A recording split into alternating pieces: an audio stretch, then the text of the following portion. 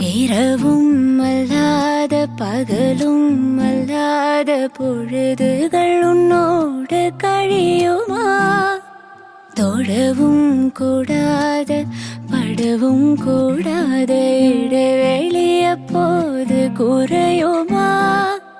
மடியினில் சாய்ந்திட துடிக்குதே, மறுபுறம் நாணவும் தடுக்குதே.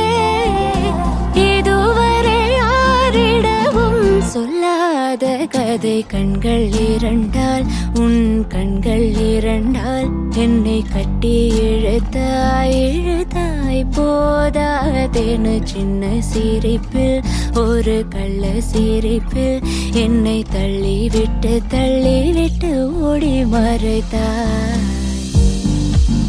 ததறின